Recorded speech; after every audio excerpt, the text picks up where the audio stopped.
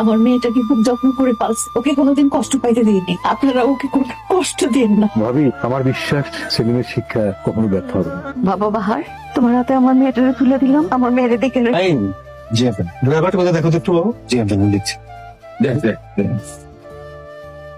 হ্যাঁ, আমার বোনের রওনা চলে গেছে। আজকে আমার বাসায় আমার বোনের বিয়ে। আমরা যাকে সন্দেহ করছিলাম সে আমার বাসার চারপাশে ঘোরাঘুরি করছে। হাতে নাতে ধরতে হলে আপনি তাড়াতাড়ি চলে আসেন।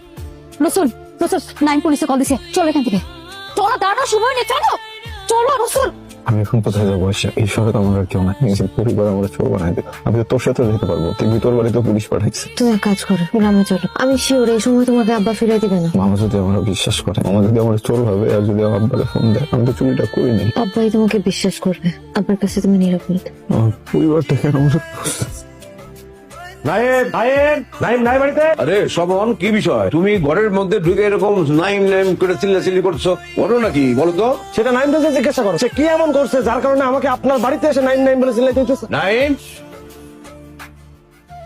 স্বপন ভাই, আপনি ক্লাবে যান, আসতেছি আমি। কোন ক্লাবে যাওয়া যায় না বলার আমি আজকে এখানে। আমার আর ভালো লাগতেছে না, এত নাটক কয়টা দিন ধরে আমি করতেছি, এত নাটক চলতেছে, নাটকের ভিড় আমার দম বন্ধ হয়ে আসছে। আমার সব কথা আপনাদের খুলে বলার জন্য ভিতরটা ধকপক ধকপক করছে, হা হুতাশ শুরু হয়ে গেছে আমার ভেতর। হ্যাঁ স্বপন ভাই, প্লিজ ভাই যান না, আসতেছি তো ক্লাবে, আসতেছি তো ভাই, আসতেছি। কি মা,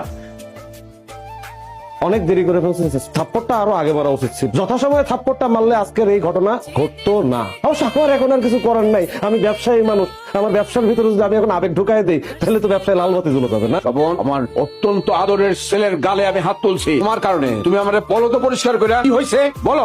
আপনার আদরের সন্তান নাই, তার আদরের ছোট বোনের শ্বশুর বাড়ি থেকে পাঠানো গয়না বিক্রি করছে 1 কোটি টাকায়। সেই টাকা দিয়ে জুয়া খেলে পুরো টাকাই হারছে। আপনারে দিয়ে অল্প টাকায় জায়গা বিক্রি করাইছে আমার কাছে, সেটা হইলেও হইতো।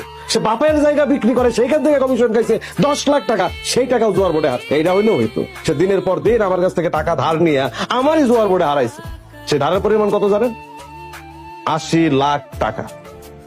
কাকা, আমার টাকার প্রতি মায়া আছে, কারণ টাকার গায়ে ব্যথা আছে। আপনি হয় আমার এই 80 লাখ টাকা এখন দেবেন, নাহলে আপনার বাড়িটা আমার কাছে বিক্রি করে দিবেন। তোমার সাথে আমি আর কোনো কথা বলবো না, বাকি কথা আদালতে হবে। তুমি যাও, এখান থেকে যাও। ঠিক আছে, যাচ্ছি। আসছিলাম ভালোই ভালো একটা কিছু সমাধান করতে, আপনাদের তো পছন্দ হইলো না, আদালত পর্যন্ত যাইতে চান। ওকে ফাইন, আদালতের দরজা আমিও চিনি।